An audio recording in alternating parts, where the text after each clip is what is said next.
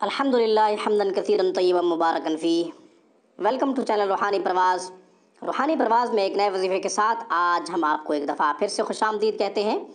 آج کا روحانی عمل، آج کا وظیفہ، آج کی دعا سستی کاہلی دور کرنے کے لیے بڑی اکثیر اور بڑا مجرب ہے۔ اس سے پہلے کہ سستی کاہلی دور کرنے کا وظیفہ اور اس کا طریقہ آپ کی خدمت میں پیش کروں، ہمارے چینل روحانی پرواز کو سبسکرائب کیجئے، ویڈیو کے نیچے ریڈ بٹن پہ کلک کرتے ہوئے ساتھ ہی بیل آئیکن پہ پریس کیجئے تاکہ آپ کو ہماری ہر ویڈیو کا نوٹیفیکیشن سب سے پہلے ملے۔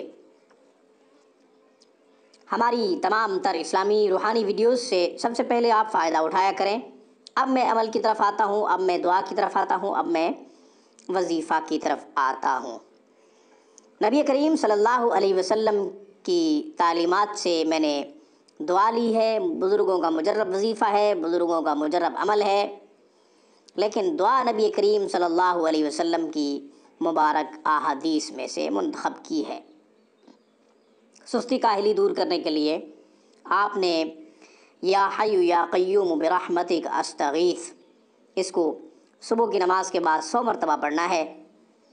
صبح کی نماز کے بعد 100 مرتبہ پڑھنا ہے سورج نکلنے سے پہلے، انشاءاللہ سستی کاہلی دور ہو جائے گی۔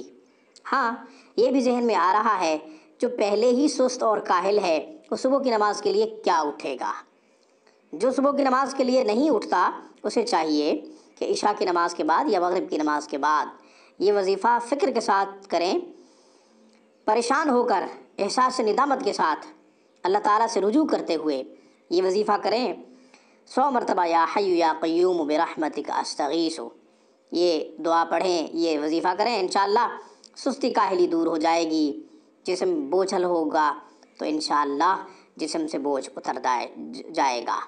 ہم انشاءاللہ پھر روحانی پرواز میں کسی نئے وظیفے کے ساتھ آپ کی خدمت میں دوبارہ حاضر ہوں گے۔ تب تک کے لیے روحانی پرواز کی طرف سے السلام علیکم ورحمۃ اللہ وبرکاتہ۔ Thank you for watching my video and اللہ حافظ۔ اللہ نگہبان۔